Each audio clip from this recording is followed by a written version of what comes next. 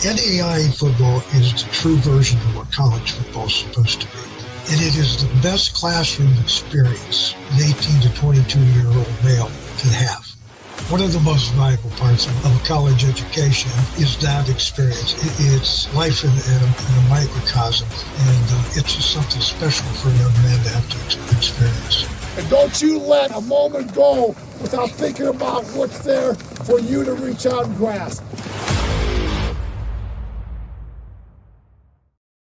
Welcome into the Victory Sports Network. This is NAIA Football with Dannelly and Donley. I'm the aforementioned host, Jason Dannelly, and thank you for joining us for another weekly breakdown of NAIA football as we get through the second round results and get ourselves into the quarterfinals. We had some great games, 8 games lined up this week in the NAIA second round. Some that went as suspected, some that ended up being maybe a little bit of a surprise based on seedings, based on who we thought we would win, based on some travel as well. We had 2 road teams win. So in the world of NAIA postseason, that's a little bit of a rarity.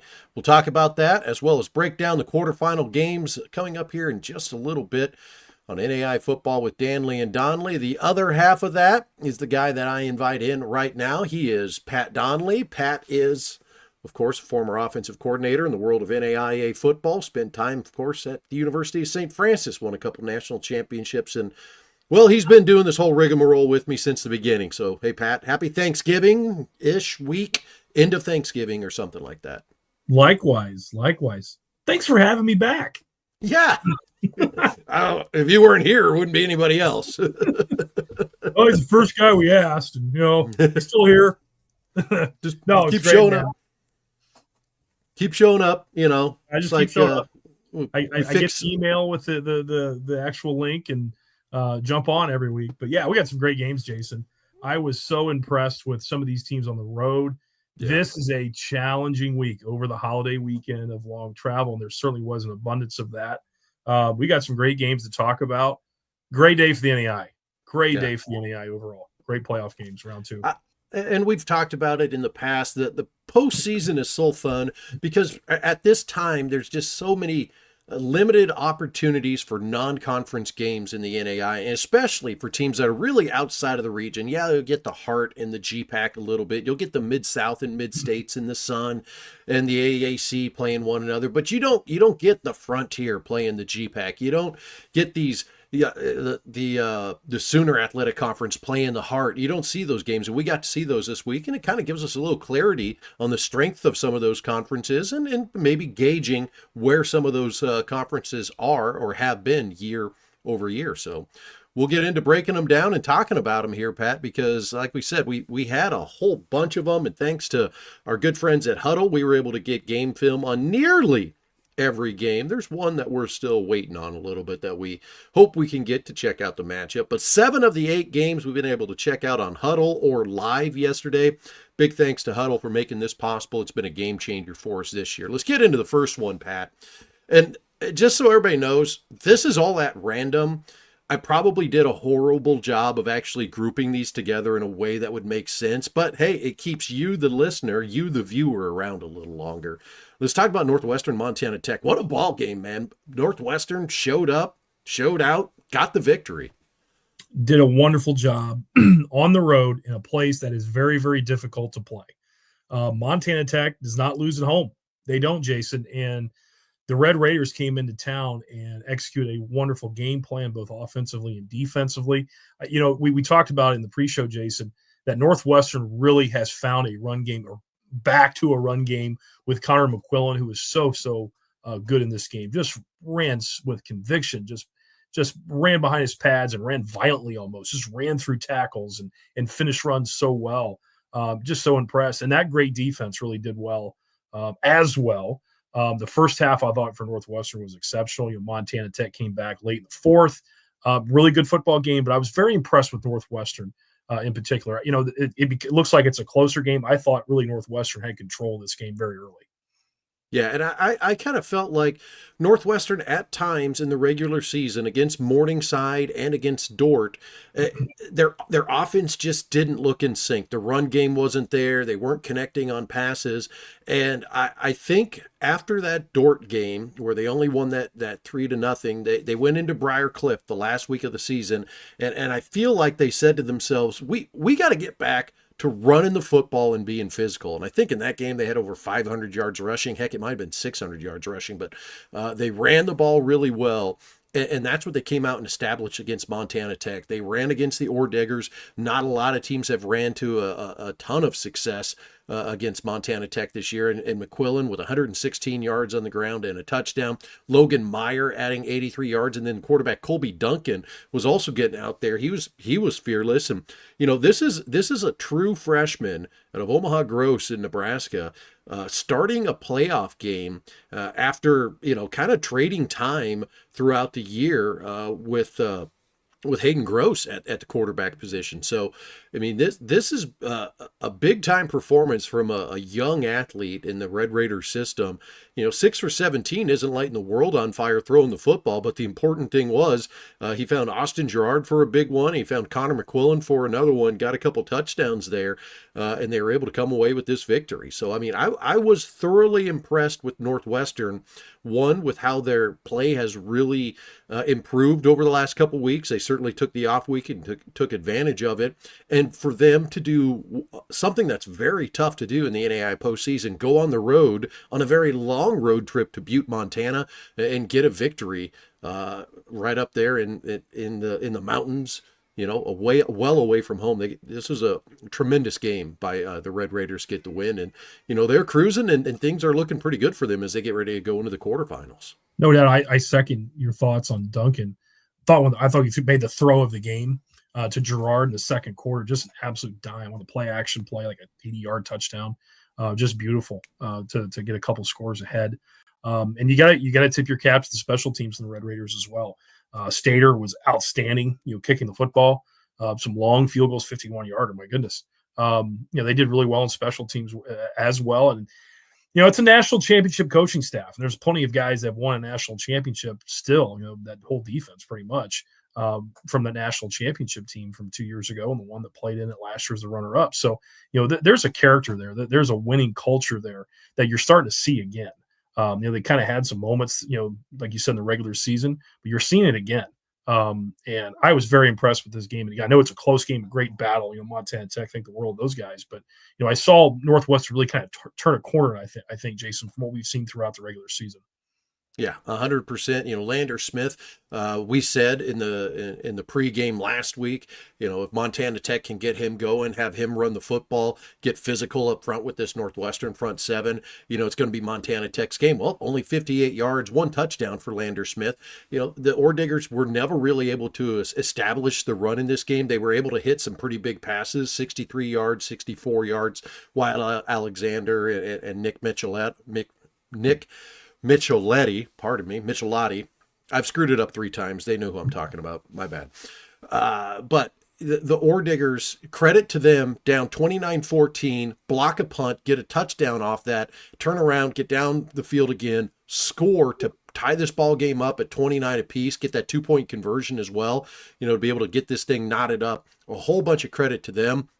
Cody Mosier with a dynamic interception, and then to be able to get the return back to midfield so that the Northwestern offense didn't have to try to do a lot against Montana Tech to set up for that Eli Stater game-winning field goal. Stater was the player of the game, offensive player of the game, 4 for 4 on field goals, had that 51-yarder to win it, 2 for 2 on PATs. I mean, exactly the sort of thing that you want out of your special teams after you and I talked about last week, how special teams in the postseason didn't look good. Well, they look pretty good for Northwestern. That third phase is awfully important when you have a performance like their special teams crew and Stater just being lights out. And I think, Jason, if I remember correctly, watching this live yesterday, he had a couple other ones were long as well. I don't have that information right in front of me, but they weren't chip shots.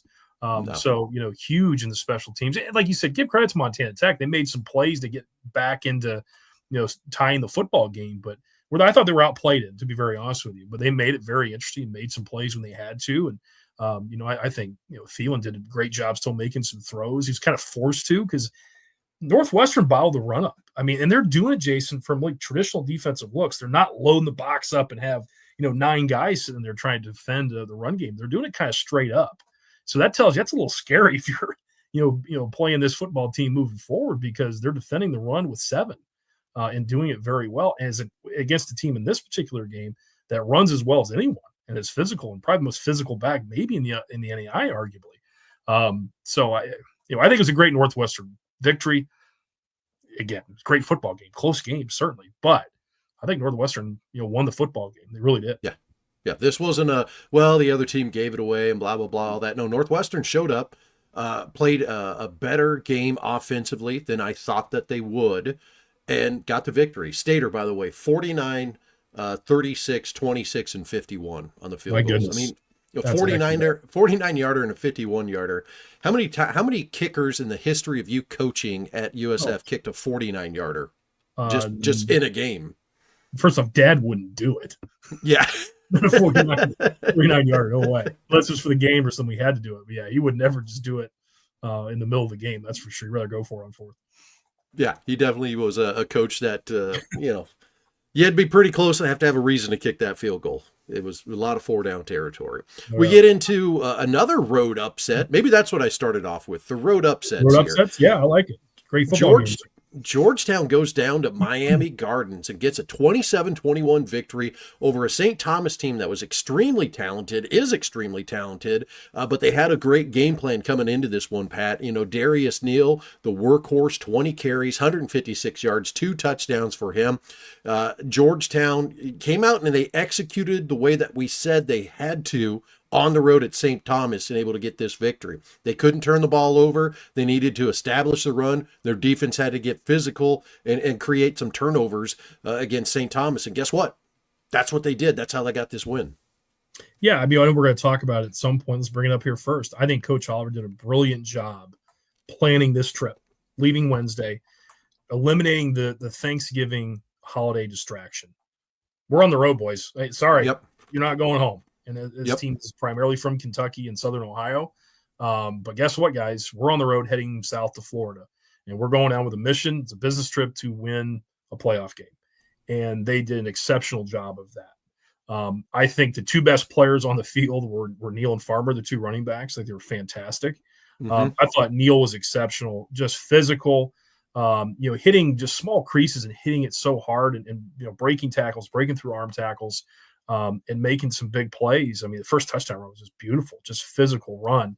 I thought it was a great game plan. I thought he helped in protection a lot too, Jason. I wanted to bring that up. I'm watching the all 22 coaches film.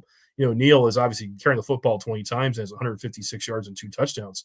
But I tell you what, he was very valuable helping in protection, because that was a game plan thing or matchup thing I talked about last week, where I thought St. Thomas had a distinct advantage was their pass rush.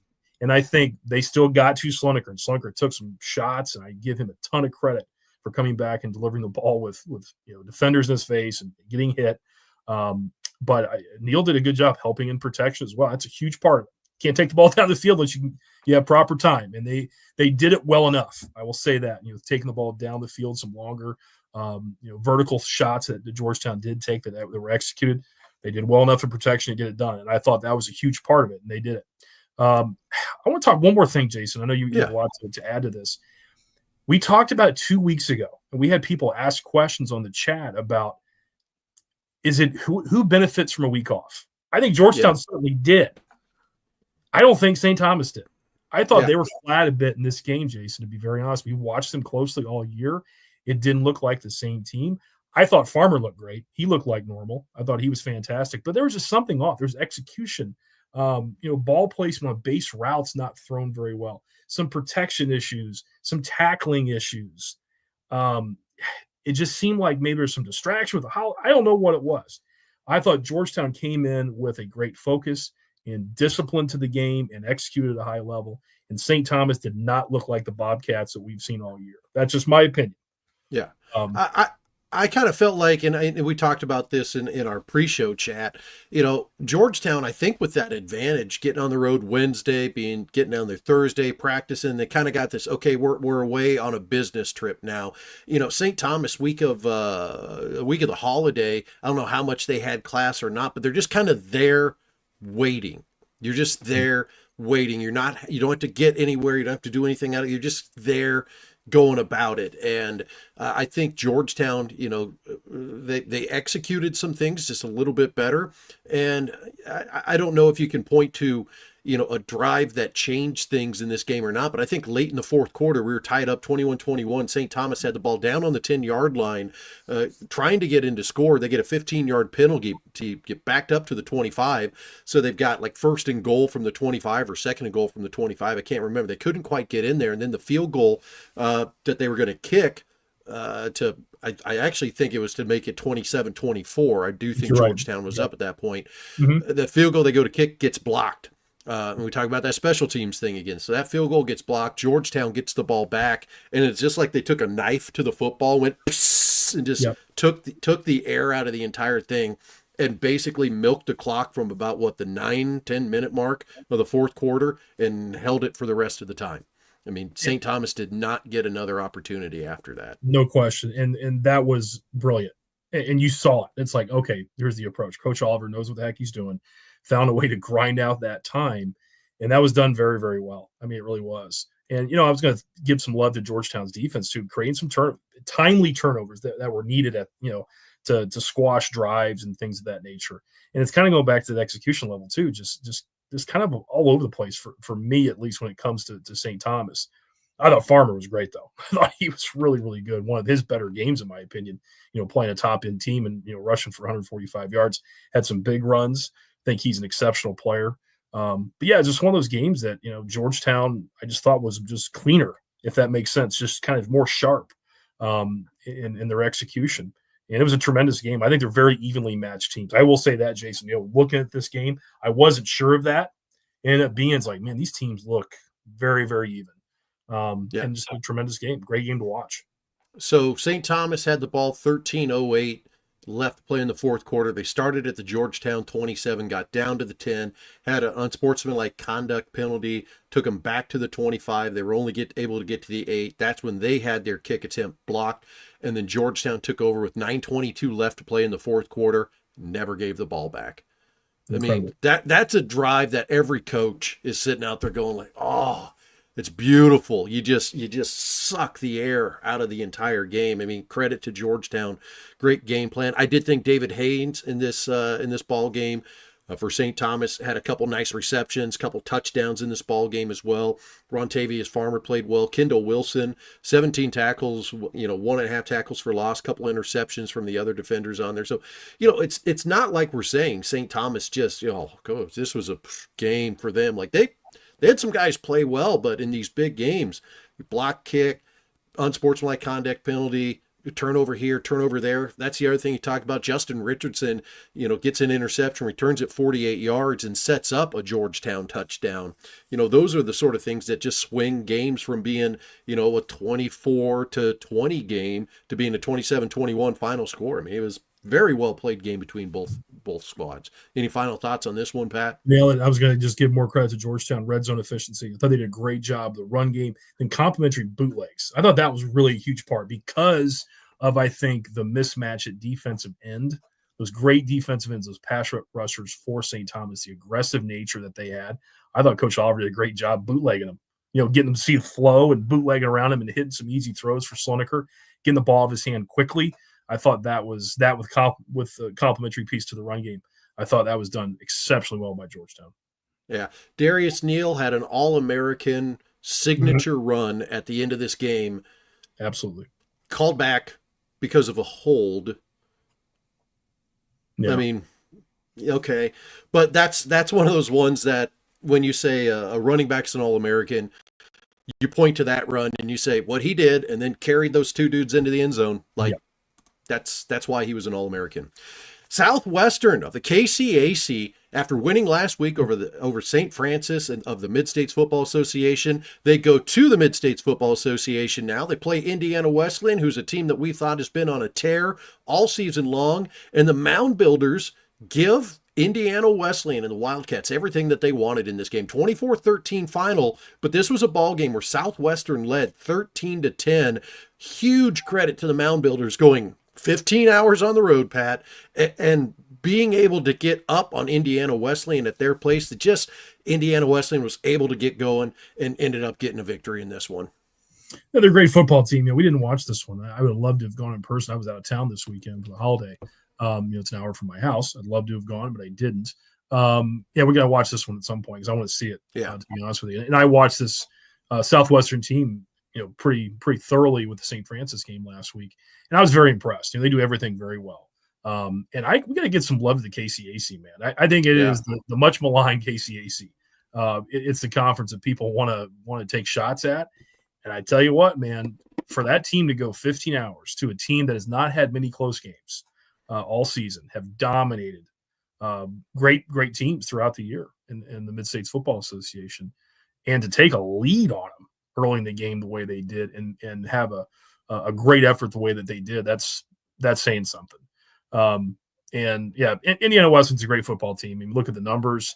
Antoine's playing well. I mean, he's a great football player, but you kind of wonder that week off, is that something that they're a little bit sloppy maybe with a week off, and took them some time to get back into it towards the second half if you're Indiana Wesleyan. Anxious to watch this one, but the players that had to play well did. I think Tidwell, there's a couple of guys that we've not given a lot of credit to, because again, they're just blowouts all year. We talked about Indiana Wesleyan, but Whitwell and Cage and those guys, and then I think Tidwell's one of the best receivers, certainly in the Mid-States Football Association, and then the way Antoine can distribute the ball, they do a great job. And this is a very, very good team. I think this is a great, for them, the first game they've played in the playoff with the bye week last week. It's a great challenge for them to get back in the swing of things and playing proper football, in their eyes. And I think they've played, top level playoff type football throughout this year, and just had that week off and played a very good opponent to get back in the swing of things. And they're going to obviously be tested again here at home next week. Yeah, I think, and I'm with you, Pat. This is the one game Pat and I have not been able to get film on as of yet. Hope to get it this week so that we can kind of understand a little bit more of everything that happened in this. This was also a pay-per-view game, and I kind of have a strict policy. I'm not buying games because I'll go broke having to pay for viewing NAIA football games. If I try to do that, the lady upstairs wouldn't be happy with $100 in charges every week to watch NAIA games. So this is a game I want to understand a little bit more, but the statistics do tell a story, and talking with a few people about this game, Indiana Wesleyan, getting themselves into the postseason mode. They're going to have a big challenge this week against a very hot Benedictine team that we will talk about here in just a little bit. The defending national champions, the defending national champions get Pikeville. That'd be very, very strange. And Keiser, early on in this game, Pikeville did kind of what we thought. They moved the ball. Offense looked pretty good. And then Keiser just kind of methodically pulled away in this one. Early in this game, Pikeville was going toe-to-toe with them right there offensively. But when you have an offense like what Keiser has going up against a defense like Pikeville's, it's eventually going to get a little lopsided, and it did. 607 yards. Yeah. We called this where, I think, Pikeville's offense is pretty darn good. Look at the production. I mean, Kirkland throws for 286, and that's significant. And he runs it well. And the guy's, the size of me, probably 3 inches taller. He's a monster. So we kind of predicted, some scoring early on, and Keiser just took control. I like this Keiser team, obviously returning national champion. I think they're getting better quarterback play they did last year, Jason, just watching this game closely. I think Spencer is just like a conductor, conducting an orchestra. Like he knows the system so well. He's so confident. I love the play action game, and he's so good at it. And placing the ball where it needs to go. And they're taking shots downfield with that great running game. I think they're a little different than last year schematically. I don't know if I know they have a new offensive line coach, talking to to coach this summer. They had some turnover, obviously, with Coach Sosha going to Lenore. Ryan took some of the staff. So I'm seeing a little bit more. They're more spread out. There's a little bit more 11 personnel, I think, than 12. So they're using, they're the gun mostly with that great run game. They're still obviously run heavy, but just do a great job with the play action game, the shot plays, getting those athletes opportunity. But it all starts with the run game and the great play up front. I thought Burnett was exceptional in this game. Man, is he a horse. I mean, he's 6'2", 215, 220 pounds maybe. Yeah. He's a horse, man. He's like a Clydesdale running through people. Big man, and he is a load. And Meisinger, going to see him kind of work his way back. Not sure what the injury is there, Jason. You can tell they were kind of, handling him with gloves a little bit just to kind of ease him back into it, but certainly didn't overload it. Yeah, and he did get dinged a little bit there. It looked like in the second quarter, I believe that's when it was, on a little run kind of off to the left side there. And we didn't see him again in the game after that. So is it precautionary, or is it more than that? Could I make a phone call and like unveil that news on this show? Yeah, but like, what fun would that be? Let's keep everybody guessing until Saturday if like the best running back from last year in the NAIA is going to play in the game or not. It's more fun that way. The good news to the Seahawks is they've got a stable of backs, because Miller ain't bad either. No. We're seeing him now since the Meisinger injury. It was really a two-headed monster with Meisinger and Burnett all last season, all beginning of this season until Meisinger went down. But Miller can play as well. And the receiving core is good. I mean, my goodness. This team does not have many weaknesses, Jason. The defending national champion, they are going strong once again. Yeah, and the thing that I look at, Burnett, Miller, Meisinger, if they were in different systems, different schools, whatever, and they were just one of them was a featured back, you'd have each one of those guys would be over 1,000-yard back in the NAI, probably 1,200-yard back in the NAI. I mean, they're just a lot of talent stacked up there. So, credit to Coach Russ keeping all those guys around on offense and keeping things going. Defensively, they look very good as well. I mean, they just. And I've tried to describe to people what Keiser's defense is like.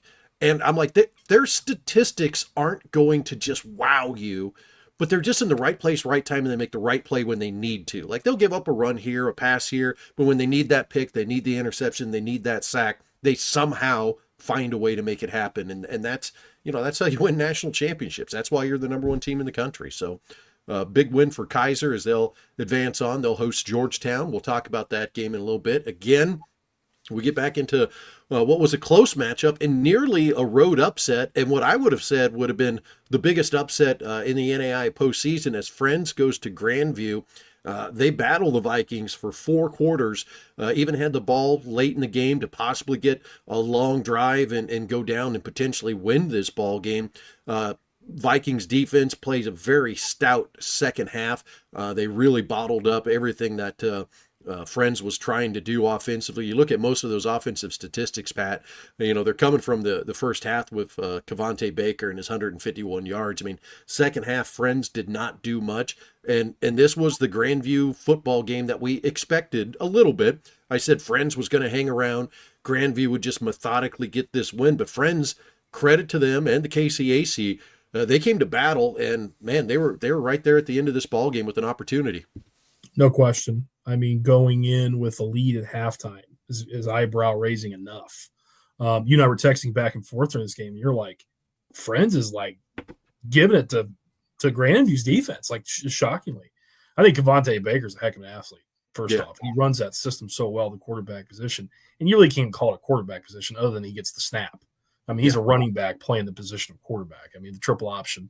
And I will say this: I thought they did a great job, putting together their system to attack that defense well. I mean, the numbers were there, the execution level, the points were there. 17 points in the second quarter. Did an exceptional job.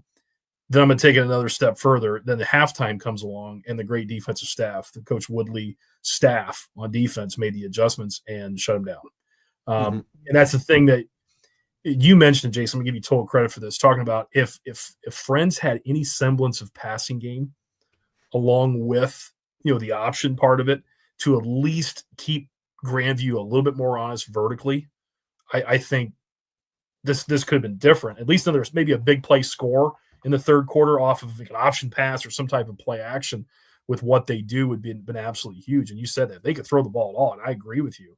It can take this team and this system to another level. It's so good on the ground there and what they do systematically. But having a little bit of a vertical threat would certainly help. And you saw the second half too. I thought the timing was off. There was a lot of forced pitches into bad looks. And again, that's all coaching. That is the thing about people don't realize with defensive approaches to option football. You really can determine where the ball goes. You can determine the read. If you're unblocked, you're the read. So you can really play it a certain way and play into the hands of the defense if you're disciplined enough. It's certainly the great defense of Grandview is. And you saw a lot of errant pitches and timing things where, lost minus plays, lost yardage in the option game. And that was all coaching and execution on defense. Mm-hmm. Yeah, a huge credit to Coach Harrison and what they've done at Friends this year and last year. I mean, they had a quality team last year, 11-2.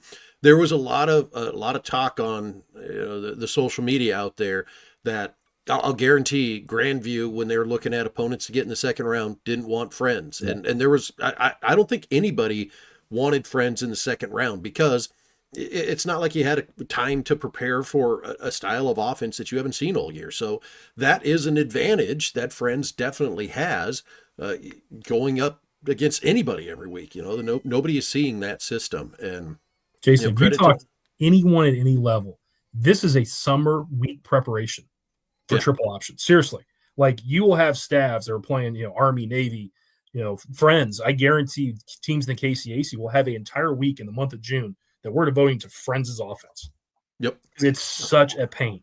And Grandview did it in 4 days, essentially put a game plan together. And then, like I said before last week, Jason, the toughest part of it is to find your scout team to teach them some semblance of execution of it to give your defense a look. It's so hard to do. But you're right. And not to cut you off, but, Friends, just a tremendous job. And then, Grandview making the proper adjustments in the second half and shutting that great offense down. So what I saw in this game that kind of makes me go, we're going to have a heck of a ball game between Grandview and Northwestern.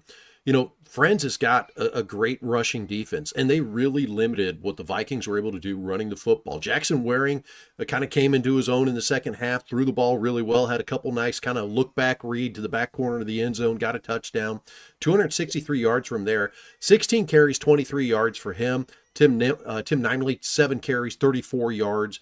That was really all the rushing production that the Vikings had. And knowing that Northwestern has a really good running defense, Grandview is going to have to shore some things up there because they're not going to be able to walk into their game with Northwestern. And not that their effort was bad. They had tremendous effort. But if they execute the way that they did against Friends, Northwestern will win that game in Des Moines. I have no doubt about it. If Grandview's running game doesn't execute the way that it should, and they're not, if they're able to kind of get that passing game rolling a little bit off of it. So we got a great game coming up that we'll break down a little bit, but Grandview advances with the 21-17 victory.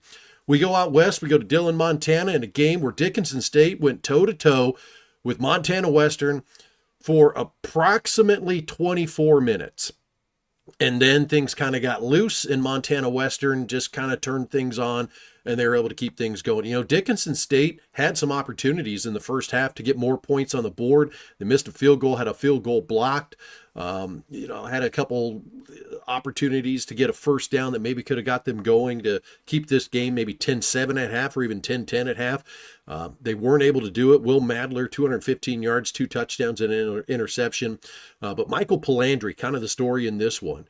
Just a nice quiet 388 yards passing and 5 touchdowns, and then add 37 yards on 14 carries. So Palandri really sparking this offense and finding some names that, we're used to seeing and not used to seeing in that passing game to get scores into the end zone. Kobe Tananaka, 126 yards and a touchdown in this game. Eli Norse, 108 yards. Dylan Shipley, 84 yards. So the passing game for Western got going. It really didn't get going until the second half of this one, Pat. Yeah. They're my favorite team to watch. I love throwing the football. That's what my forte was as a coach. I love watching this team. They throw it really well. I love their scheme. Didn't see much of a run game. Did not see much of a run game in this game. And I think, Dickinson State was going to take their chances. They got to defend the run first and kind of go from there. Well, Montana Western, answered that challenge with tremendous production. with the receiving corps, spreading the ball around. Palander did a great job, putting the ball where it needs to be, understanding the reads, understanding the concepts that, that they're running into the coverage and delivering the ball to the right guy. And he did it throughout the game. Very, very well done. I'm still nervous about this team and weather. I'm just going to tell you, I'm being very honest with you. I think they're great. I think if they're trade places with them in Keiser's location, I'd feel a heck of a lot better. You possibly could get a weather game this weekend. We got a great matchup coming up with a traditional power. I think the world of this team, I do, but they are like a warm weather team offensively. They just are. And I have no problem with it. I love it. But they got to keep their fingers crossed. It's not going to be 3 feet of snow in Montana.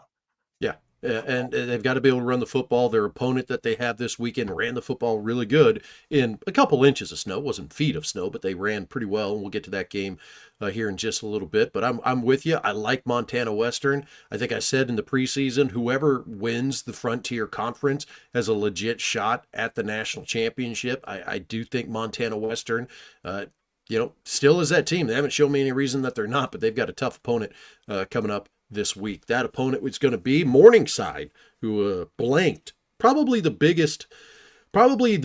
closest thing we had to a blowout. I mean, 35-0 is a blowout, but this was a gradual blowout in this game where Morningside was able to just kind of chip away, had a couple big plays. A 100-yard interception return really took the air out of Mid-American Nazarene in this one, and 35-0 was our final. Morningside, if anything in this game, with the snow on the field, with the slow track that they had, they showed we're going to run the football, and they did. Max Huff, 149 yards, 3 touchdowns. Nolan Feller, 13 carries, 76 yards in this game. Morningside got it done on the ground, and they run into weather in Dillon, Montana next week. It's got to be a little bit of a confidence boost to know they can do that and sling it all over the field with Chevalier. I think great teams, Jason, great programs can find different ways to win, and Morningside can certainly do that. We kind of talked about Mid-American Naz. We have seen them with great offensive production. They come out with guns blazing and throw the ball all over the place and have some balance to their offense and score points.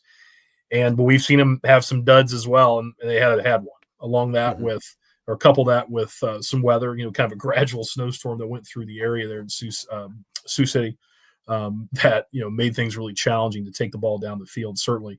And it kind of played in the hands of Morningside, kind of gradually, like you said, 7 points in the first quarter, make it 14-0 at half, kind of slow progression. Then the snow hits, and it's like, okay, let's hand the ball off to Huff and play strong defense. And they did. That was an old-time Morningside victory. Find a way to win in the conditions. Like I said, they have many, many ways that they can win. And like you said, if they get in a shootout, they can play that game as well. We talked about Chevalier, having to take care of the ball, though. He did a great job of that. And again, that balance with the run game and playing strong defense, that's championship football. Yep. Adrian Parsons and Mid-American Nazarene had some opportunities in the first half. They moved the ball a little bit. They got down, deep to possibly make this game 14-7. They had some other opportunities in the first half, but instead of it being 14-7, it then turns into 21-0. And then you've got Morningside gets a nice punt return to get another score off of that drive. So just, there's snow. It's kind of that avalanche effect. You seem so close in this game, and all of a sudden you look up and you're down 28-0, going into the fourth quarter. And the Pioneers just couldn't quite get it going. They dropped this one 35-0, and we, you've hit on it. I'll hit on it. When Morningside is playing championship caliber football, they're able to kind of morph their offense into what it needs to be to win that game, whether it's running the football or throwing the football. And this was a game where Chevalier wasn't going to be able to air it out much in the second half with the snow and the slow track and guys trying to get traction out there. So they ran it. They found a way to win, and that could bode well for them when they go up to Dillon, Montana. Last game of the second round, Benedictine goes on the road and defeats Texas Wesleyan, the Sooner Athletic Conference champion, 42-33. A lot of credit to Benedictine in this one, who trailed in this ball game 24-14 before coming back in the second half and getting the victory. And Jackson Dooley gets a lot of credit. So does Jacob Gathright and Jashawn Todd for what they did as wide receivers. Dalton Witherspoon ran the ball really well in this ball game for Benedictine. But the one thing I haven't mentioned that really was the turning point in this game was the way that Benedictine's defense stepped up forced turnovers. Carson Rogers had 4 interceptions, and a couple of those, Benedictine was able to turn the other way and benefit score. So and even one of the ones for Texas Wesleyan was going into their end zone down about the 10-yard line. So the Raven defense coming through strong in this one, even though they gave up yards, they found a way to win. They forced turnovers, and they got a big victory on the road. And if I think you watched this game, Pat. Yeah. I watched it live. Antler Sports Network was broadcasting it, and when Benedictine got going, man, their fans were loud, and they had a couple shots back. It was like, holy cow! Atchison, Kansas, and Benedictine traveled really well to Fort Worth for this game. Yep, little 7-hour trip. Did a great job. What a great program. I'm with you, Jason. I thought Dooley was brilliant. I really do. I think of maybe, I know it's 15 of 30. I mean, that's a really good defense, athletic defense. Mm-hmm. But I love those 2 receivers the Ravens have. Maybe as dynamic as anybody. You're talking, comparable to the Keiser guys. I mean, I'm serious when I say that. I mean, I think there's Gathright is a dude, man. I mean, he can go. And I think they used him beautifully, complementary, the run game, the complementary play action, the shot plays. To take the ball down the field. They ran 4 verts very well in the different coverages. They ran it a couple different ways into different looks, and the completions were there in different locations based upon the coverage. I thought they did a brilliant job of that. They know what they're doing, and I think Dooley knows where the ball needs to go, and he gets to those guys. I was very, very impressed. Talking about the Ravens defense, we've kind of seen it all year. Kind of bend, don't break, but they make big plays when they have to. And you see that huge interception in the end zone. I'm trying to think, Jason, was that the third quarter maybe? I think it was third quarter because that was kind of when things started to turn. Was kind of, they were threatening, had a chance to answer back in the third quarter with their score of their own and threw an interception in the end zone. Again, a great play by the Ravens. A muff punt in the second half, right at the beginning of the second half. Do you see that? And put the ball inside the 10-yard line. Texas Wesleyan, had muffed that punt and gave an easy score to Benedictine, and the wheels kind of came off there in a way. And I was very impressed with Benedictine. I think they're very, very well coached, Jason. We've watched them a few times this year. The Baker game, the Mid-American NAS game, I've watched them pretty closely. I think this is one of the cleanest games that they played. Mm-hmm. I think it was executed very, very well offensively. And like we talked about, timely plays on defense. But I'm very, very impressed with the weapons that they have, those receivers in the running game. And I think Dooley's a really darn good player, man. He really impressed me yesterday. I think Texas Wesleyan's on the rise, to give them credit too. I think they're a great program that is gaining just valuable experience in these playoffs and where they're going and where they're building. Well, it's what I said in last week's blog when I was breaking down this game and saying who I thought was going to win. And I picked Benedictine to win because they played Morningside, they played Mid-American Nazarene, they played Baker. They played good teams. They played Grandview. They played teams that were playoff caliber. And Texas Wesleyan, they played Ottawa first or second week of the season, and they played Lindsey Wilson. They played Lindsey Wilson first week of the season, Ottawa second week of the season.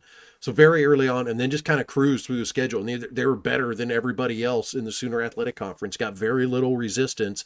They kind of ran up against a little bit against Wayland Baptist before they blew them out in the second half. So Texas Wesleyan maybe wasn't as seasoned as they needed to be getting into the postseason and being ready for a team like Benedictine because of that schedule.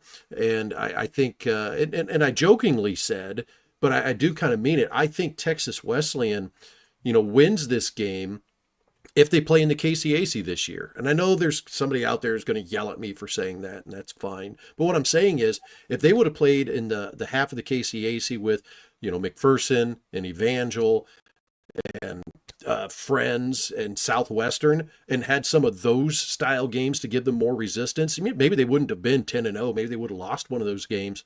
But I think they would have been more ready for the postseason.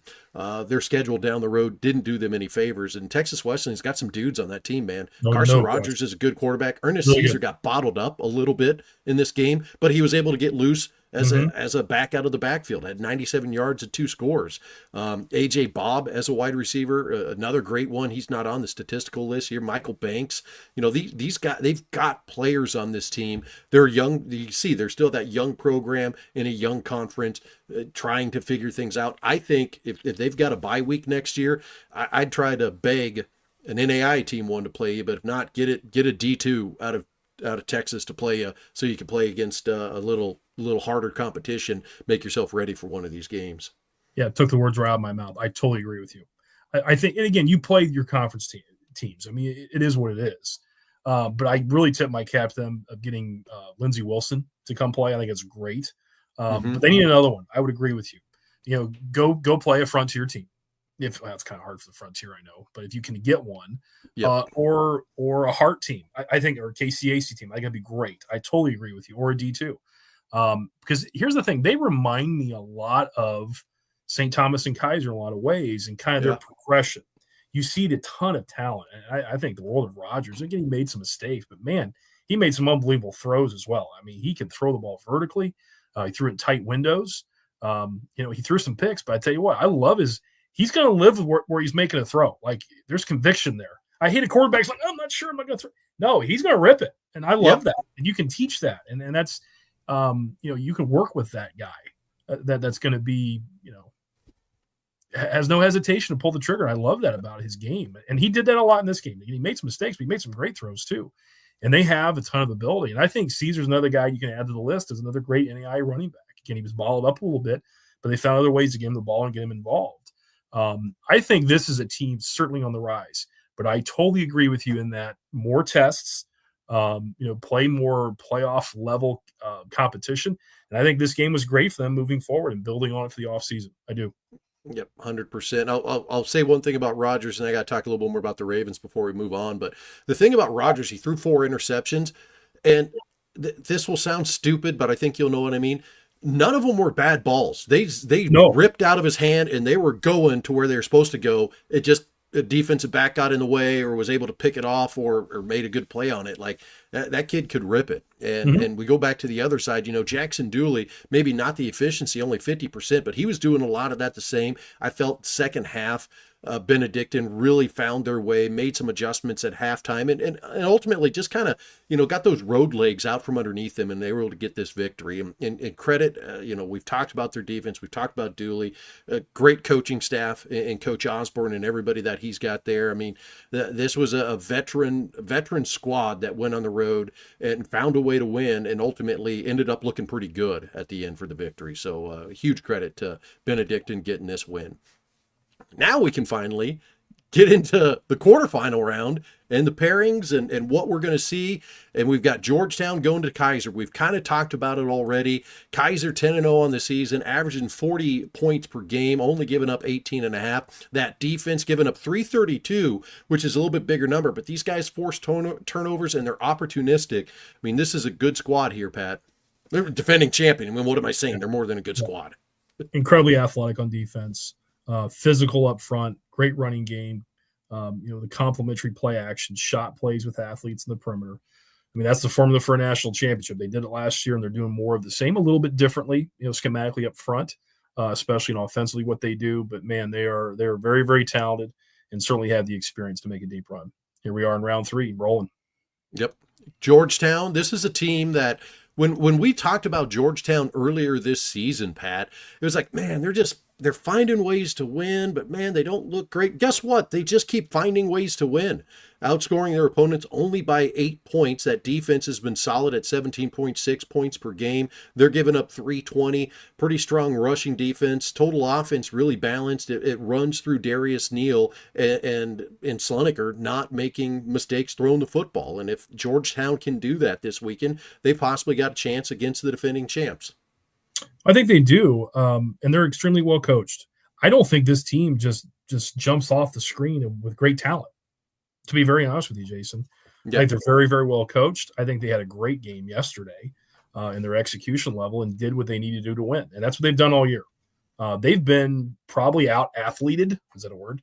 Is that a phrase? Yeah, it is now. A few times throughout the season. They really have, Jason. I mean, you can look at all the tight games that they've had and games they've lost and say, you know what? They got beat maybe by more talent. But I tell you what, they find ways even in those games, or even the games that they win close games. It's execution at the right time. It's coaching. It's situational plays that are huge. You go back to the Campbellsville game. The defensive plays, the huge plays to win that game. You go back to Reinhardt in a rain game and find a way to get it done, making some big plays and kicks when they have to even. I mean, they find a way to win. So they're a great coach team. I think this travel's crazy. I guess they're going to fly back down there. Or they're going to stay all weekend and have a week vacation. I don't know. kind I of don't know, crazy. I've seen that before, Jason. Where a team should have bought stays- one of those vacation condos or something down there. Yeah, I was like, Coach Oliver, stick around down there. Do some online classes and find some great facility to practice at all week. That's a different one. I've never seen the NAIA do that. Yeah, it's going to be trips in the same area. Yeah, it's going to be interesting to see how they do. But I tell you what, I look at these two teams, and Keiser's had a couple tight games this year. Their season, they had some D2 wins. They played Southeastern, and Southeastern, very tough defense. They found a way to win. They found a way to win against St. Thomas after jumping out to a 20-point advantage early on, kind of held on in that one. So Keiser is not just this team, that's come in, they're 10-0, and they've just murdered everybody on the schedule. I think that's also what's helped Georgetown. We talk about they haven't been super impressive in their wins, a lot of tight games. That's helped Georgetown. They don't get into a 6-point game late in the fourth quarter and panic. Their entire season has been that way. Like literally, I think they are 6-1 in 1 touchdown games this year. The only one that they lost was Montana Tech, pardon me. Alabama A&M beat them by 10, I think 24-14. So, I mean, that's huge for Georgetown to have that seasonedness to know what it's like to be in a tight game. I do think Keiser's going to win in this. I'll give more analysis on that later this week in my blog on Victory Sports Network. Any last thoughts on this game, Pat? Going to be interesting, that's for sure. Again, Coach Oliver, national championship coach. Keiser's defending national champion. It's going to be a great contest. Absolutely. We move on to the next one. We've got the Raiders from Northwestern in Orange City, Iowa, taking the trek down to Des Moines to take on Grandview, the number 2 team in the country. They're 11-0 offensively, putting up 41 points per game, only giving up 8.5, 400 yards of total offense. Pretty balanced there on running and throwing the ball. Defensively, kind of same way, tough rushing defense. Northwestern has ran the ball well in the postseason. Be very interesting to see how that matches up. And then their passing defense has obviously been good. Grandview, a team that maybe has not been as tested at times this year. They beat Benedictine and they beat Friends. They kind of went through their half of the heart. They had a couple close games in there, but Grandview football is into the first quarter. You look at the score and it's like, oh, Grandview's only beaten so-and-so by 7 points. And then you get to halftime. Oh, they're up, 17-3. And then you get to the third quarter and all of a sudden it's 31-3, and then it's 42-3 or 42-0, and they win the game. So Grandview is the exact opposite of Indiana Wesleyan. Indiana Wesleyan come out, put up 49 points in the first quarter and completely blow somebody out of the water. Grandview is, I think in my blog this week, I said they're the equivalent of holding a boulder on the side of a mountain. And at first you're like, well, this isn't bad. And then you do it for 3 quarters, and then it just eventually rolls over you, and it's an avalanche, and they end up winning by 40 points. So Grandview, they've got a test this week because they're going to take on Northwestern, 8-2, and this is an improving ball club. Got a huge win, as we talked about, over Montana Tech. That running game was rolling this last week, and that rushing offense, statistically only at 152 yards per game, but that's because early in the season they weren't running the ball well. Connor McQuillan isn't averaging over 100 yards per game this year, but we're starting to see that in these later games, and I think the key to success for the Raiders is going to be their ability to run the football potentially against Grandview. One other thing before I turn it over to you to talk about these two teams, Pat. Northwestern and Grandview, mere hours apart in the same state, different conferences, mind you, they have played one time in the history of the two programs. And that was in the quarterfinals in 2021. The Red Raiders won that game 27-24 on a field goal with 10 seconds left by Eli Stater, who just kicked a game winner last week. Absolutely. So, there you go. Your thoughts on these two teams, Pat? Yeah, well, Grandview hasn't been around all that long, first and foremost. But yes, same state, probably have some same recruiting base there. They cross paths that way. I think they're very similar teams, first and foremost. I do.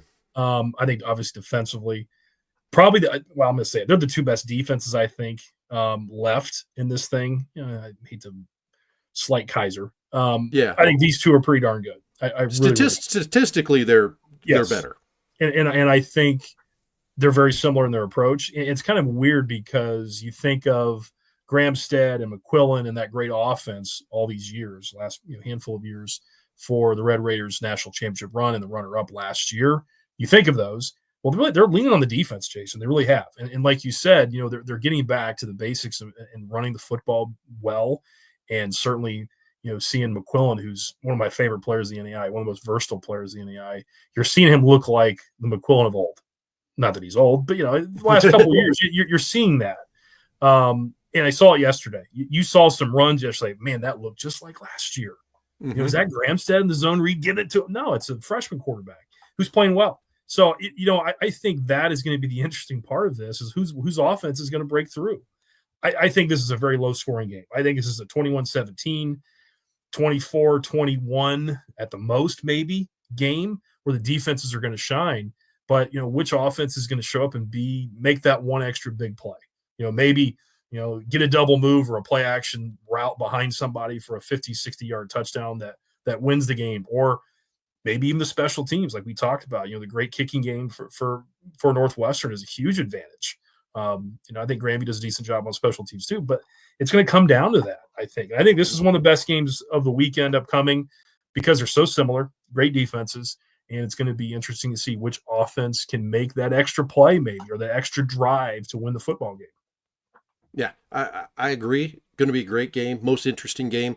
I think, and I don't mean this to disparage Northwestern. It'll get taken that way. Some of those fans just absolutely hate me. Well, they're G-Pack, Jason. You're a G-Pack hater. Don't forget. I am, apparently. But if Grandview shuts down Northwestern's run, this could get ugly. And ugly, by ugly, I mean 17-3 final, as ugly as 17-3. Sure. Northwestern has to be able to run the ball against Grandview. And I say that because they have to get physical up front. They have to establish a physical nature against Grandview and push on those guys a little bit. That's what Friends did to have success early in this game. They got physical up front. They got away with some misdirection. They were able to get in the end zone, and they led this thing at halftime. So Northwestern, well, granted, they're not going to be running, flexbone option.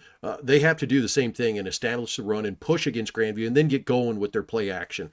I think if they just try to, sling it out there, go trips formation, 4 wide, try to dink and dunk down the field, Grandview will eat them alive and get a lot of pressure into their backfield. So I do think Grandview is the team that's going to win this one, but this is the game I'm looking forward to the most because it's two teams of very similar ilk going up against one another. And the other reason too, and we talk about coaches probably way too much for the average fan on here. I love Joe Woodley and his staff, and I love Coach McCarty and his staff. I think those guys are some of the top-notch guys that just year over year do it the right way in the NAIA, and I love it when you can get these two staffs to come together and play against one another in a game like this. I love it. It's awesome. Best of luck to both teams. I'm picking Grandview. You'll find out more in the blog this week. Benedictine goes to Indiana Wesleyan. This is a very interesting matchup, Pat, because I don't know if Indiana Wesleyan has seen a team like Benedictine this year. Granted, they beat St. Francis, Indiana. They beat Marion. They beat Southwestern. But Benedictine is different from all of those teams. And Indiana Wesleyan on offense, they've been putting up 47 points per game. I think they'll get points against Benedictine, but I think Benedictine's going to be able to up that defensive scoring average of Indiana Wesleyan. They're going to exceed that 11.1 points per game that Indiana Wesleyan has been allowing. Total offense, I think Indiana Wesleyan on offense, they're not just going to be able to have their way with Benedictine, but they're going to score points. Like Benedictine isn't going to hold these guys to 7 points and we're going to see a 14-7 game. We're going to see 35-28, 28-24, 42-35, I think, in this game, Pat. And ultimately, I think it will come down to the sort of pressure that the Ravens are able to get defensively on Indiana Wesleyan. Indiana Wesleyan's got a lot of weapons on offense, but I don't know if Kyle Antoine has gotten pressure put on him over and over and over again, with maybe the exception of this last week against Southwestern. And Benedictine is going to be able to put that pressure on. I kind of see where I'm going with this conversation, but bringing about 18 different things in here. But the Ravens are a quality football team. They've got a lot of momentum. They're the winner of their conference. I'll guarantee that they feel like, they should only be a one-loss team right now. They had a chance against Mid-American Nazarene on a 2-point conversion. So this is a very confident team that's gone on the road and will come into Marion with that confidence as well. I'm not picking an upset, but of all of these games of higher seeded teams, this is the one that makes me go, well, geez, maybe the Ravens are the team that could derail Indiana Wesleyan, who I think is a national championship contender this year. It's going to be a great one, Pat. Totally agree. I think Indiana Wesleyan is going to score points. I think Benedictine is going to score points. I think the key thing is what Benedictine has done very, very well in big games is create some turnovers. If they can limit a red zone chance or two with the turnover. You know what I mean, Jason? Like, yeah, I think Wesleyan's going to get their points. I really do. Mm-hmm. But instead of being up a 2 or 3 score lead because we just drove the field, we're in the red zone, can Benedictine pull off, one of those miraculous interceptions they seem to do all the time when their backs are against the wall? And you see it all the time with the Ravens. They do a great job, again, making plays when they have to on defense. They give up points, they give up some yards, but they can create some opportunity to get the ball back for that great offense.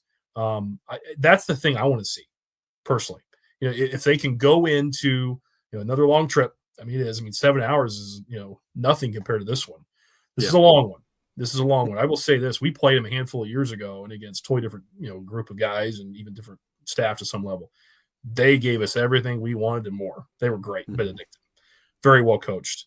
They're going to be prepared well. They're going to travel well. And they're going to have to because Wesleyan's really, really good. But I think there's going to be points both sides. I really think that. But can the defenses make that play? When it matters the most, to get a turnover when it matters the most, and maybe break it open. Wesleyan's not had. They have the dud game, the one loss that they have had this season, but they haven't had any others really. Mm-hmm. And you wonder, if. Can Benedictine create that a little bit with some good defensive play? And I think they're going to move the ball. I think they're going to score some points against them. But Wesleyan just doesn't make mistakes. That's the other thing we talked about, throughout the year, why they've been successful. They don't make mistakes. They're very efficient. They got to continue that because I think this Benedictine team is an opportunistic defense and will score some points. No, I agree 100%. It's Indiana Wesleyan is going to get points on the board. I think Benedictine's going to get points on the board. I think it's almost like a prize fight where Indiana Wesleyan's going to have that knockout punch in the first quarter, 65-yard pass from Antoine to Tidwell. But Benedictine's going to be able to come back and go, okay, Dooley to Gathright. Okay, we've answered now. And I think that's what the difference in this game for Indiana Wesleyan is going to be, is it's not going to be, scoring in buckets where it just gets dumped on you. I think Benedictine's going to be able to answer, and it's going to make for a fantastic quarterfinal game here this next week. And I will pick Indiana Wesleyan in my blog, which, of course, you'll be able to read on victorysportsnetwork.com later this week. But I think it's going to be a great game. Mm-hmm. This one is probably the game I'm the most excited for a lot of reasons. One, Frontier Conference champion versus GPAC champion. You got Palandri, who's one of the better quarterbacks, maybe the best quarterback in the NAIA. You got Zach Chevalier saying, hey, what about me? I'm kind of one of the best quarterbacks in the NAIA. I lead the NAIA in passing. You got two defenses that are able to get after one another, able to get after the offense, force some turnovers. You got a running game that's developing with Montana Western that they've shown at times this year can be really effective. You got Morningside has come on with their running game as well. And you've got head coach Ryan Norse, who was on staff with Morningside head coach Steve Ryan at the start of the revitalization of the NAIA program of Morningside 20 years ago. So you got head coach Ryan Norse, Bulldog alum. He was on the football squad back in, 1994, the first time they made the playoffs. Now he's the head coach the first time they've won a playoff game, going up against his former boss, Morningside head coach Steve Ryan.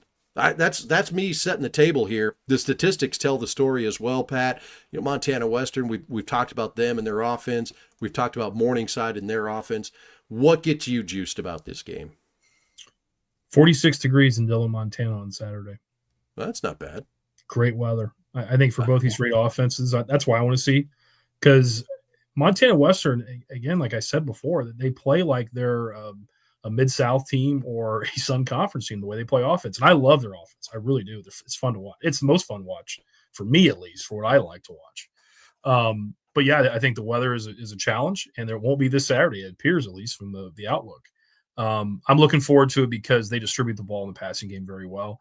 Yeah, the balance is definitely key. And I think the Morningside defense is a legitimate defense, very, very good defense, and we'll see how that defense travels, because they're going to get a whole lot of haymakers thrown at them in this game. I think really highly of Western and the way that they can move the football. But I'm not so sure.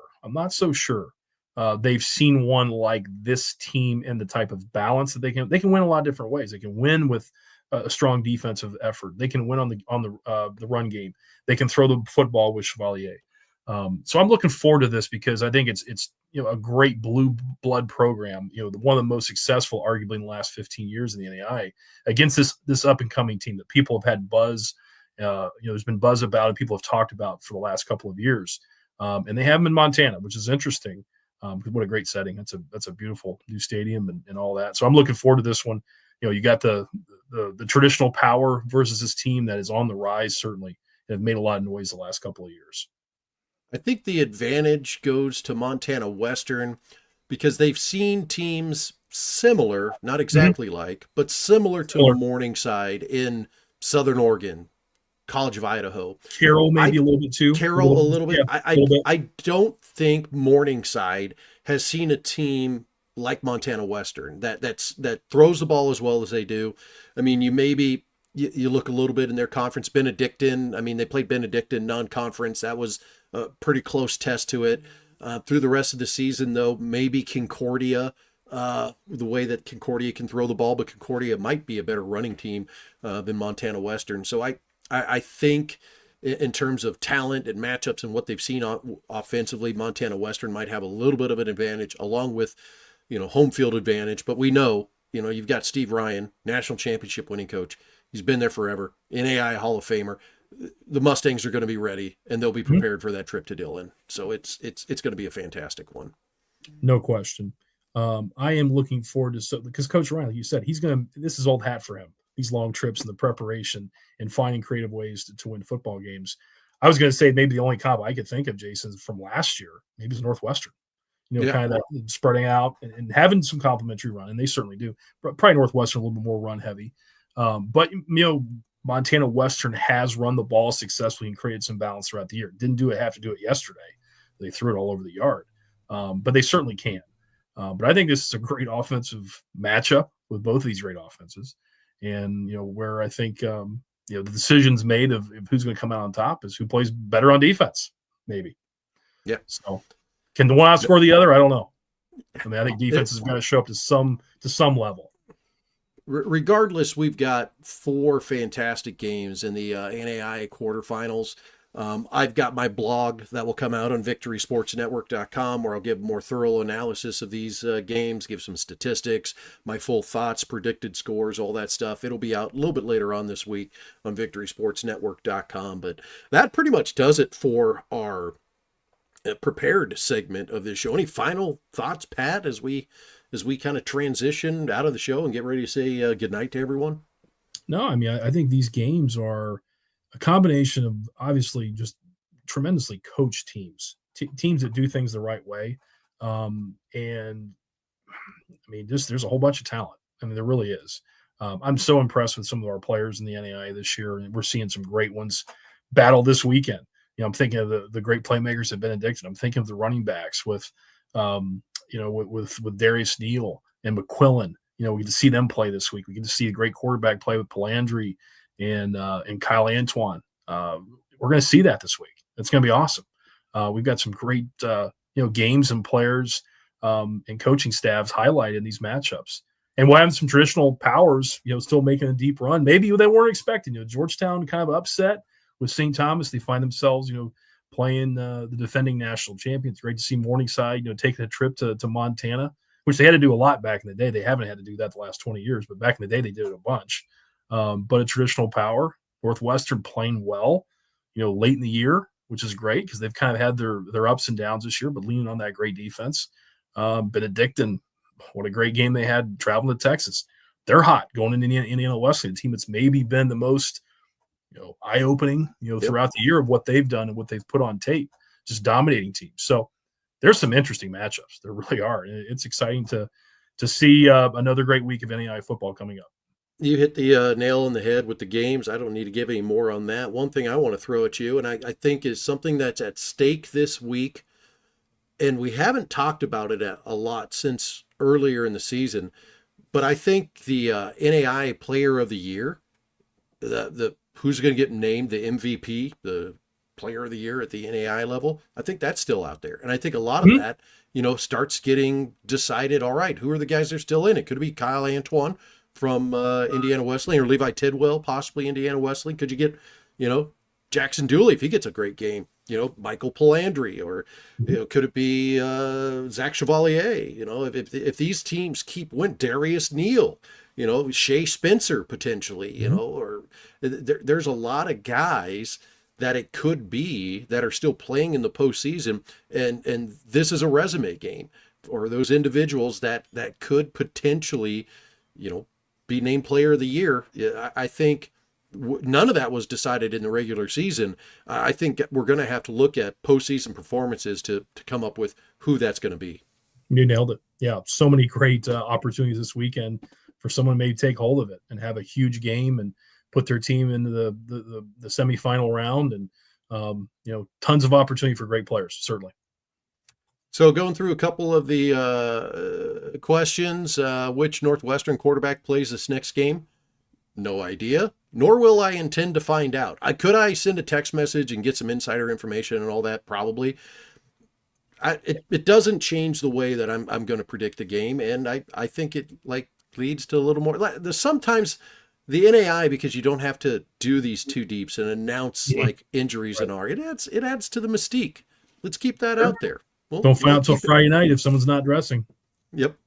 A couple other things out there. 76 degrees in West Palm for Keiser. That'd be nice. Be lovely. We could take that. Lyle with the question: could a defensive player get Player of the Year? Yes, and it has happened before. Mm-hmm. It has happened before. Been a few years since it's happened. But again, we're talking about there's a lot of defensive players that are out there right now that could potentially, get the nod for Player of the Year as well. And Michael, selections and pairings ended up being spot on. Mm-hmm. I don't know if he's referring to my tweet from last night or not, but as soon as the games were done, I threw out who I thought would be playing who and going where, and I was right, but only because I thought of, all right, this is the most logical way to do it, but they could have chose to have a flight come from a different place or something like that. Mm-hmm. And I thought they paired them up. I thought really your predictions were pretty accurate too there, Mr. Gambler, in the blog from last round. I think you did a great job. Too bad I make zero money on any of this, but that's okay. But no, I was actually telling the wife last night, because I was talking about these games and she has to listen to me, and she, 1,000-mile stare, but she's like, okay, so how did it go for you? How'd your predictions go? And I go, honestly, the games went the way I thought they would, with maybe the exception of the Morningside game. I thought Morningside would win that game. Mm-hmm. I didn't think they would blank Mid-American Nazarene, but no. I did think they would win that. But the way Benedictine and Texas Wesleyan played out, I thought that Indiana Wesleyan was going to get a little resistance from Southwestern. Southwestern gave them more resistance. Same with Friends at Grandview. Keiser did what I thought they'd do. Pikeville came out, kind of slugged around a little bit, and Keiser just pulled away. I mean, it's so the predictions were there. Some of that's lucky, and some of that's the fact that I really feel like for the first time in 20 plus years of doing this now, Pat, that I get more information, but talk to coaches less, because we have access for the film. We're able to watch these games, from huddle and do a little bit more analysis on them. So I feel like right now I'm more informed on the talent in the NAIA and the teams in the NAIA than I was, even 15 years ago, when we had a full crew doing it. We weren't seeing a lot of these games, outside of when we were there live. So it's been a lot of fun. This has been a great year. I love looking at the analytics. I love seeing the stats. I love seeing the breakdown. And again, what you do in the breakdown of each team is brilliant. but you want to see them too. The eye test is a big thing for, I'm a former coach, obviously, and seeing the all 22. And again, thanks to Huddle again, if I can plug them, one more time. It does, just seeing these teams, the way they execute, kind of what their approach is. I love seeing that. You can see, how teams are going to play teams straight up, or they're going to have to make some serious adjustments because of what another team does. I love the cat and mouse game. I love the strategic part of it. And you're seeing that with these teams, these great programs and great coaching staffs. So that part is awesome. So just another great week and a huge round 3, baby, coming up. Exciting time. Viewers, we thank you for checking out the show. I mean, the viewership, obviously, for our selection show was giant and huge, and many of you have stuck around since then. I know we've got quite a few people in the chat and people that check out the show. We really appreciate you guys, giving Pat and I guess, a platform for people to actually listen to what we say. I mean, we never intended for that to happen. We just wanted an excuse to get on the phone with one another once a week and talk NAIA football. It seemingly has gone pretty well over the last year or so. I think this is episode 31, 32. Right? Yeah. It's been a lot of fun. Yeah. We only did a couple in the off season. We want to try to get a few more in the off season, but obviously we're going to be back next Sunday, 7:00 Eastern, 6:00 Central, and the following Sunday, the same thing. We'll do it through all the regular season, take our little Christmas break, and then maybe try to get a few in the off season. But it's been a heck of a year. Hope you guys are back next Sunday night. Pat, any final thoughts before we wrap things up? How was your Thanksgiving? It was good. Went back to Nebraska, saw the family, went back there Wednesday night, all day Thursday, Friday there, and then drove back Saturday, had my little car mount over here, was watching games, which is ill-advised. Don't do that. That's bad. But so I had the game on, and I had the AirPod in, so I could listen to it. And then if something happened, then I honestly glanced over. But prior to that, it was going through the car speakers, and I looked over, and I was like, I could put this on my AirPods if you want me to. She's like, that'd be good. Yeah, you don't need to listen to this. And I'll be honest, I won't name any names here. Well, because I'm going to be mean, and if I'm nice, it'll be very evident who I'm being mean to. There are some fantastic broadcasters at the NAIA level. You watch some of these live games, it's top notch. And there's a couple broadcasts this weekend that were exactly that. There's a couple that I would like to send a sheet of pointers to. There are some things that are crutches that you don't need to say over and over and over again. And it looks like I can see it. I know what it looks like. You could just say, ball carried to the 32 by this guy, brings up first down and 10 or whatever. Keep it simple. Call the basics of the game. Don't have to say what it looks like all the time. But I love Montana Tech. Panisco's great. Fantastic. Paul Panisco, and I can't remember the color commentator's name. He's good. Yeah, former coach is really good. Yeah. I love how they call him the Digs. That's my favorite thing. Yeah. It's cool. Montana Tech's a great job. Great. I've watched a lot of their games this year because they're on YouTube and it's easy for me to throw up on the big TV. Absolutely. And Panisco's so good. A couple years ago, he was, I think he might still host a sports talk show, and I was a guest on there a couple times. And he's a broadcast professional, and we have to keep that in mind. Some of these broadcasts have a broadcast professional that this is their job, and other ones, it's a student broadcaster, and kind of got to, take that as you may. But hey, it's just like these football teams every week. Get better every week when you do this. Right. That was always my motto when I started off doing play-by-play. I would take a tape to another play-by-play person and say, hey, could you listen to 10 minutes of this and tell me what you hear and what I need to get better at? And, as a young broadcaster, you got to do that as well. It's the only way you're going to move up and get better at it. And if you want to just be the same and be terrible at it, then stop doing it. That's the only advice I have. You are a broadcast professional. I technically can say that. I mean, I've worked and been paid to do it, even though now, technically I'm just a hack blogger right now. You get back doing play-by-play. You're really good at it. I would love it. Pat, I honestly had a dream the other night. You and I were calling the NAIA National Championship game. I'd love it. Oh, dude, that'd be so awesome. I love it. I do a lot of high school here, color commentary. Yeah. I do it here locally. and I love it. I really enjoy it. When I have time to do it, I try to jump on any Friday night I'm available. I usually get on a live stream somewhere in this area. So yeah, somebody clip this. Somebody clip this at this point, and you send it out to whoever it is that makes that decision. But Pat and Jason are available to You'd kill it, call buddy. the NAIA National Championship game. We would do We're well. here. I know if ESPN want to hire us, like contract us out or what, but Yeah. there's no one more qualified to call the game than Jason Dannelly. I will definitely say that. The play-by-play guy the last couple of years for the broadcast in Durham, Kyle DeValios, I believe that's his name. But he was a sports guy in Lincoln, Nebraska when I was a sports guy, doing that as a full-time job. So I actually knew Kyle from back in the day. And so like tuning in, I'm like, God, this guy sounds familiar. And then they go to the picture of him, like, hey, it's Kyle. So and he's done a good job calling the NAIA games the last couple of years. I don't know with the new contract of the new group that is going to be doing the streaming of the championships, how that is all going to work out and who the talent pool will be. But hey, if they're looking, we know 2 guys. Yeah, we'd love to do it. Guys. All I would want, you wouldn't have to pay me for it. No. Pay for my flight there. Yep. Get me a hotel room. That's it. And share send me, buddy. Yeah, well, be like old times. Old days. And for food, just send us with the teams. We'll just eat with the teams. Like you don't need to buy us any food or anything down there. We'll do it. So. Even though I got a couple places, I've been in the Triangle a few times. I've got a couple spots. I know a couple spots too. Yeah. So. All right, we should wrap this thing up. All right, anything else, Pat, before we leave everybody be? No, sir. Great job again. Looking forward to a great job on the website. Everything. Another great show.